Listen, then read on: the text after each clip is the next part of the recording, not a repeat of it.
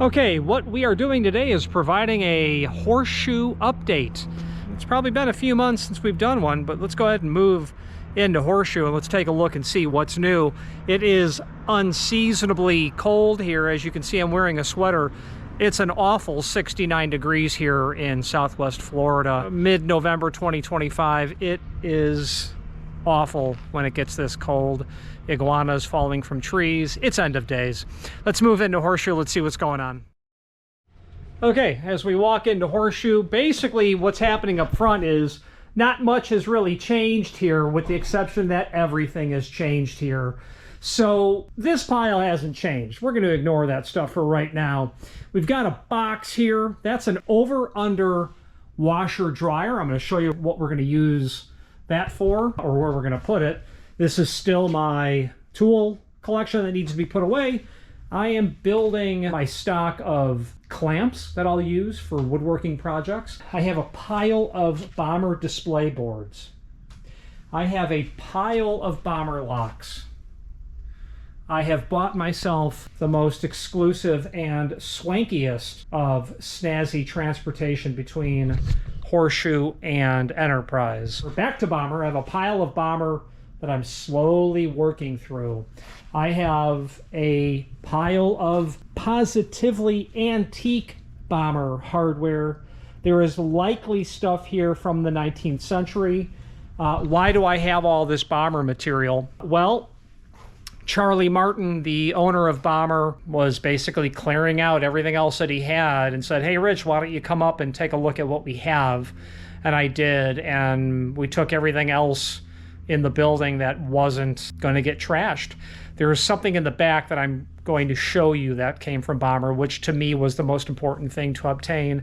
Yes, we've got all these odds and ends, and we're slowly putting them into inventory. This pile of these locks that you'll see on Postal Specialties, we have several thousand of these. But people moving forward will be extremely grateful to find that someone still has them. This pile over here is just stuff that we're still working on, personal in nature. Now I've got this fun little stack of material here. Hardwood tumbling media. Premium treated tumbling media. What's that for? Well, I'm going to show you when we get to the back. We've cleared out this area, but a substantial success is our spherical, hemispherical photography machines are up and running, and most importantly, we have an employee, Caleb Donahue, who's with us, is now trained, along with Ian Kleinsmith. They're trained on how to use this material. So if you are in our website, you're going to be looking for the video associated with the product. And if it's something that you can turn around like on a Lazy Susan or turn in 3-axis, it would have been done on these machines. That one's our original one, and this is our new and improved hotness. So we can run two of them simultaneously. Not that we need to, but this type of equipment doesn't have much of a street value, and I wanted to upgrade our capability in that department, so I bought the new machine. But there was really no reason to try to literally give away the old one. So why don't we move to the back and I'll show you some of the other stuff that I've alluded to. Okay, here we are moving to the back. First of all, we've made a lot of continuing improvement in our second floor structure. We've begun the process of building all of the shelves. We obviously don't need to use, as you recall from a prior video, that we're using clear on all of the shelves so as to allow the transparent nature of light to come down and bleed into all parts of the shop. Well, we don't really need that on the very bottom shelf, so we're just putting 7/16 OSB down there.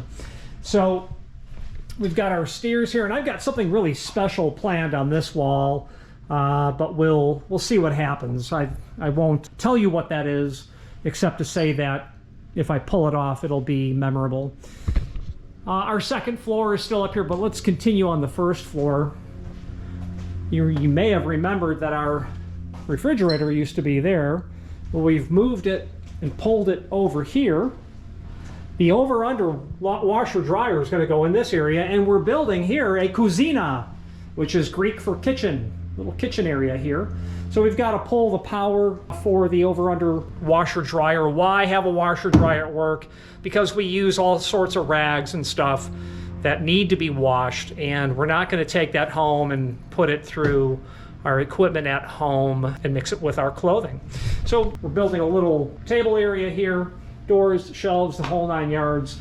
This is still our work area here where we're doing the assembly of what we're working on. We've got our odds and ends of all of our pieces and parts that are in progress and in motion right now. Now, if you recall, I mentioned the tumbling media. This is what we put that in. This is a tumbler. This is a parts tumbler. So you turn it on and it tumbles. And then you turn it off. You've got to push that button with conviction. Let's take a look and see what this part tumbler does. So right now I have some pieces of aluminum in here, and I'm tumbling them to remove scratches and burrs. So I've got, I believe there's 250 pounds of media in here, and I'm just gonna dig. There's a piece of aluminum. This is a spacer block is what this actually is. This is used in aluminum storefront door closer applications. And I'm looking at this, and yeah, I'm not super tickled with the finish that we're getting out of this. So I was running this medium sort of tumbling media in here, but found that it wasn't aggressive enough, so we added 50 pounds of this ceramic. But what I'm finding is I'm not happy with the added ceramic because I believe it's now too coarse. And I'm digging in here to find an example of what I'm actually trying to run in here. Here it is. Oh, that looks great actually. There are 2 of them in here, but this is good. This tumbling has really broken the edges really nice. This is a hand wheel, a prototype of a hand wheel that I'm making for this water valve. And the concept is that that's going to sit right down there. Let's see if I can find the other one. Ah, here it is. All right, this is the one that I've been using as a test example. And the issue is, I was hoping I would get these deep scratches off, and they're not coming off. But what's happening is, I am getting a nice matte finish out of this. So I was hoping it would remove these scratches. Now I put those scratches in there intentionally. It's not a byproduct of the CNC milling process, but it is doing a reasonably good job breaking these edges, reasonably good. It's not super great. But this is my last hand wheel that I made before I went to production. Okay. And we've got these 7/16 13, I think, nylon flanged nuts that will sit on top of here. Awesome. There it is. That'll go back in the tumbler, and I'll keep tumbling it just for the sake of experimentation. But I am keeping a log. And I have run this for many hours, maybe a couple of dozen hours, if not longer.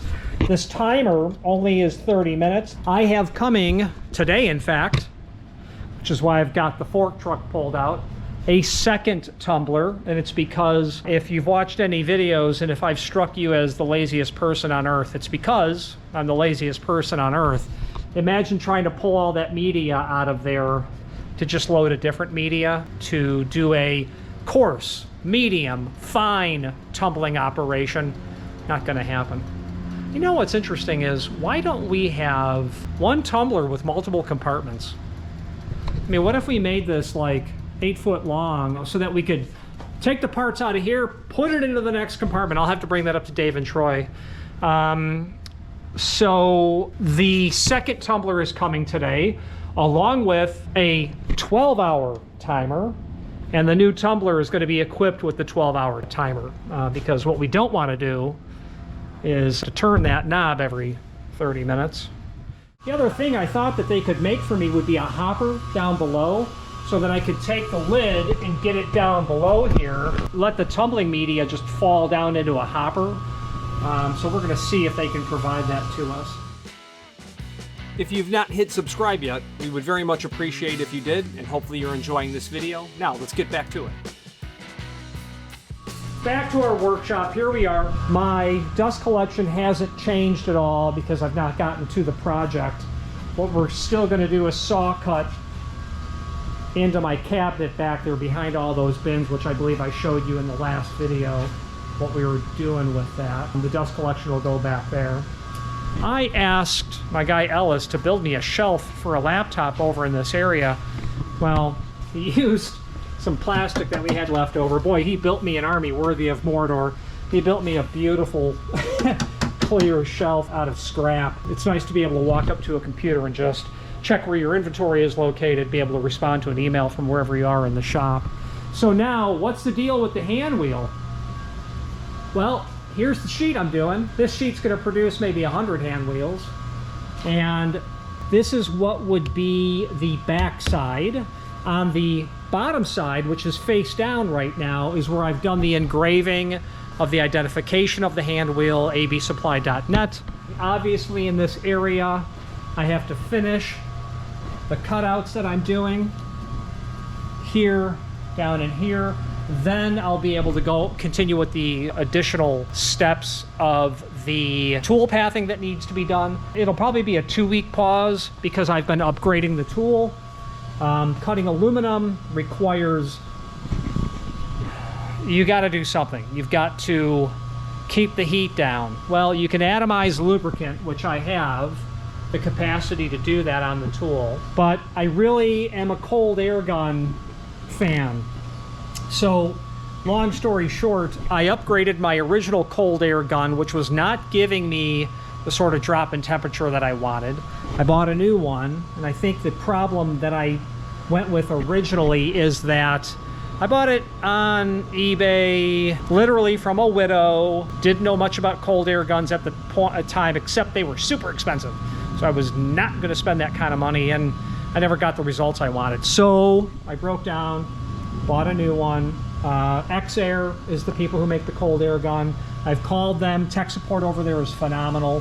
Long story short, I've got the 3/8 hose to a 3/8 valve to a T. I've got my little pressure gauge here. It only goes up to 60 PSI because I'm never going to be able to push that much air through a cold air gun. So, you know what's better than one cold air gun? 2 cold air guns. So I am literally packing the heat while I'm unpacking the heat, I would say, on my cold air gun capacity. So obviously the tool has to be not running while I'm doing this because I'm literally needing to pop open the E channel. This yellow hose, there are 2 pieces of yellow hose, but there's only one coming down through the E channel, all the way down here, through the E channel, okay, all the way down here, down here, down here, all the way back, and it ends up going over here, which I'll show you. And the reason this has turned into 2 weeks is because as you're doing this work, you say, boy, I'm right here. The hood's already up on the car. Why don't we just do the rest of it? So I pulled the wiring of one of the vacuum pumps so I could reroute the conduit better. I pulled the wiring on the spindle so I could rerun the conduit better. I've repositioned this hose because it was really dangerously close to hitting this sensor on the alpha motor, with the purpose of rerouting the cabling to try to lift it off the floor, because a lot of aluminum, pesky aluminum, gets really stuck down there. So at least now, when I get the air, I can blow out all of the material because I kind of have it pulled off the floor to a certain extent. Now, what happened with the cold air gun is an interesting story. Let's go to that.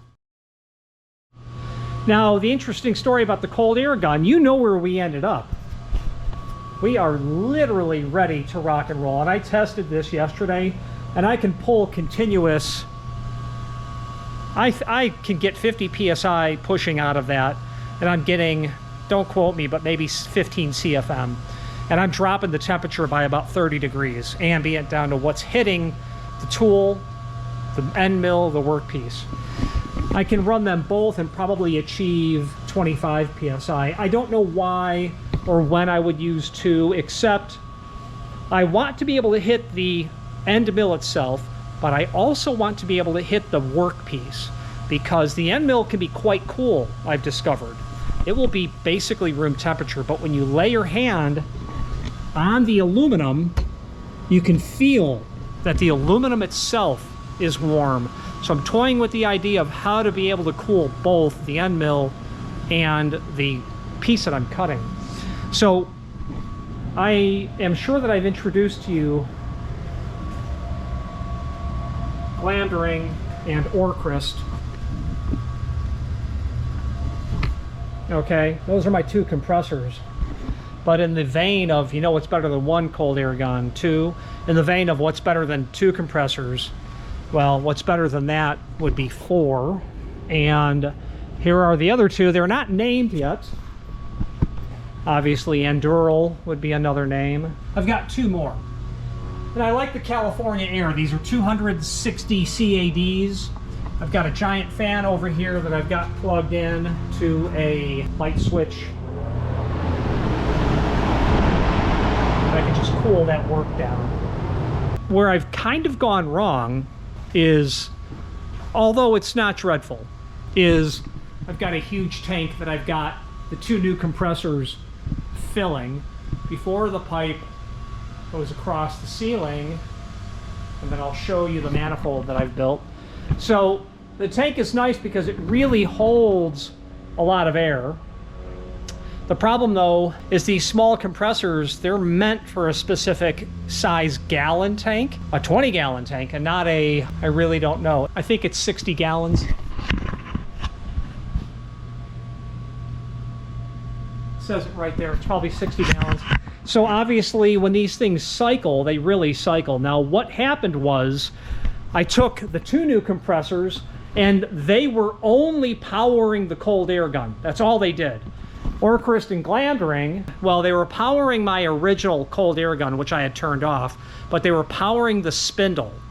And what I found was I wasn't happy with just 2 compressors. So using the 2 new compressors to power the cold air gun only, here's what happened. They never turned off. They were running continuously, and I obviously didn't love that, because these are not $10,000 rotary screw Ingersoll Rand jobs. These are, I'm sure, Chinese made, imported kind of situation. And I like them, they're quiet, 76 decibels, love that. But nonetheless, they get hot because they're running continuously. So what did I do? What I decided to do was this. I built myself a manifold, ran the pipe, as I explained earlier, all the way over here, coming down, a new regulator, filter, air dryer. So I've got the original coming through my pipes. But what I did here now, though, is I built a manifold such that I can use the combined capacity of 4 air compressors to do the fledgling job that the other 2 were doing. I've got a couple of check valves here, so the air cannot, you know, 2 compressors aren't going to be filling up the other 2 because of those check valves. I can have Orchrist and Glandering here run everything. I can have the other 2 run everything, or I can use the combined power of both of them. So, and it works great. And what, in my testing, what has happened was 1 or 2 of these would turn on and they would run. And then at a certain point they would shut off. The 2 new ones, at a certain point, they would turn on and then they would turn off when I'm mixing all of it together. Now, I have ordered, and this is going to be, everyone there is going to say, jeepers creepers, enough is enough. I've ordered 2 more compressors, so there will be 6.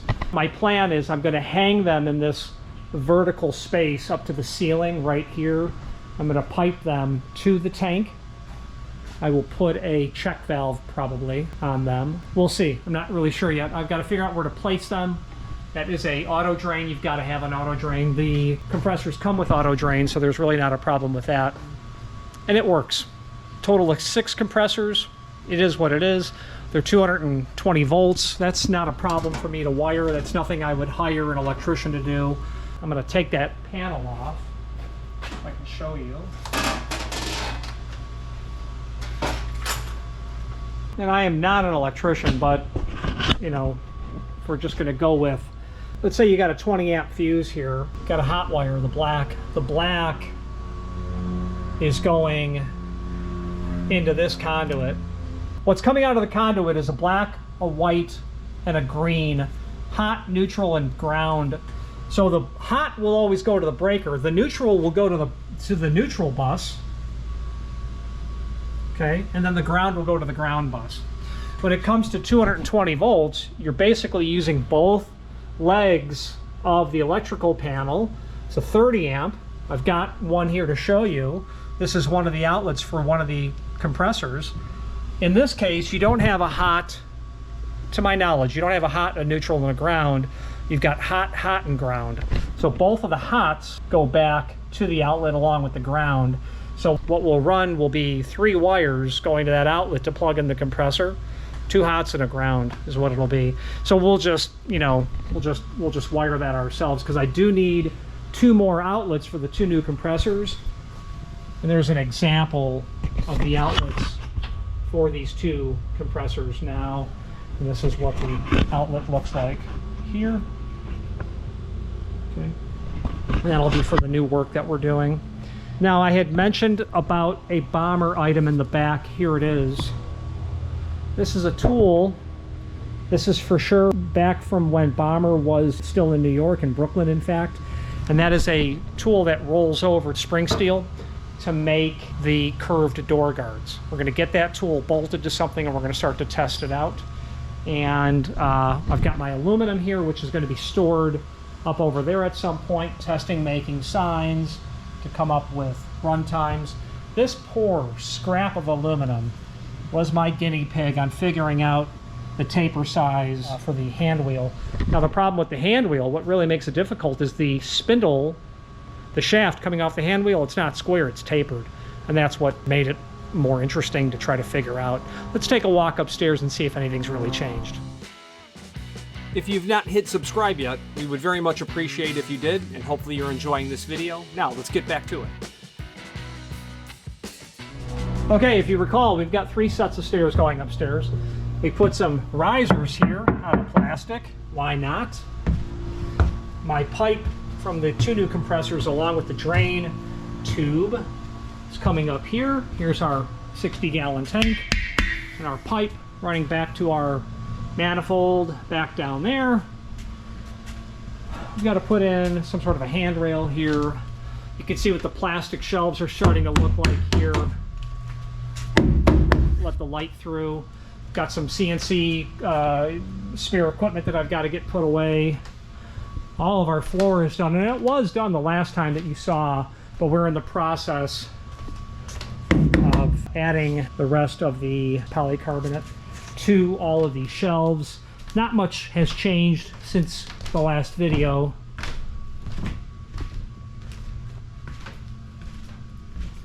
Just storage, moving stuff around, back stock, a lot more of those Bommer locks, my personal locksmithing tool collection, and my lock collection is here. My pinning kits, literally parts, components of my personal lock collection. I may have mentioned to you the C series from Schlage, that I went from it being only a unicorn to owning 7 of them. I've got some really big box track down here, 600-pound capacity. What is that for? Well, I'll tell you what that's for. Here's our 3rd set of stairs. What the box track is for is I have purchased from Kval, K-V-A-L, they're in Petaluma, California, a vacuum lift. And basically It's a platter that might be 14 or 16 inch in diameter on a telescoping rod. That's pneumatic. So we're going to hang that box track from the ceiling, curve it around, run it down here so that I can pick up something that's heavy with my vacuum, lift it up, and then walk the part from this access area where the fork truck will be able to bring it in, pick it up, literally then walk it around and get it over to the tool. Imagine the spindle, the Z carriage is down at the back of the tool. Work in progress. Today we'll see a lot of this go away.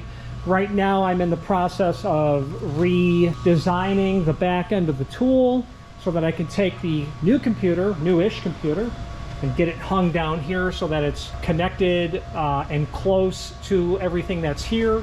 You can see how I have the hoses and the wires somewhat off the floor. I did it over there as best as possible. I'm going to be taking this entire area here, a big L shape, and creating a desk.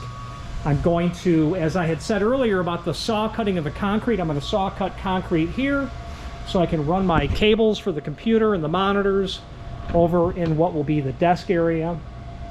I will get PVC, we'll run the cables through that, we'll mortar over it, it'll be great. I've got another dust collector here, just like those. Not sure why, I don't remember why.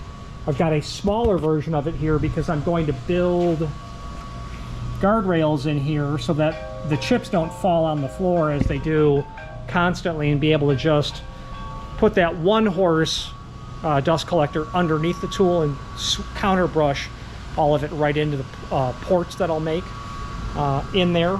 And this area back here that I'm working on is where I'm going to have more tool storage. That that false ATC bar will get bolted back over here. I'm going to add a more proper fan to keep these cool as best as possible. And that's what's new on Horseshoe. That's a big update because it's been months since the last one and a lot has happened, slowly but surely. What we'll be doing next, we got to saw cut the concrete, we got to get the desk built, the machine's got to keep running, 2 more compressors have to go in, the cuisina has to get completed, the second floor plastic has to be finished. It'll be a great, it's getting pretty close to the end of 2025, and we're looking forward to a good 2026. Any questions on Horseshoe, please feel free to reach out to us. Thank you.